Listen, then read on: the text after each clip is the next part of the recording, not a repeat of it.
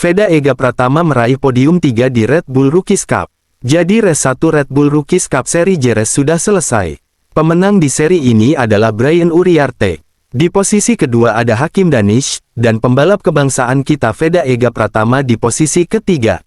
Veda menunjukkan performa yang sangat apik, start dari posisi ke-15 finish di posisi 3. Veda juga sempat menjadi pimpinan race, dan Veda juga hampir terjatuh di 2 lap terakhir namun ia bisa save.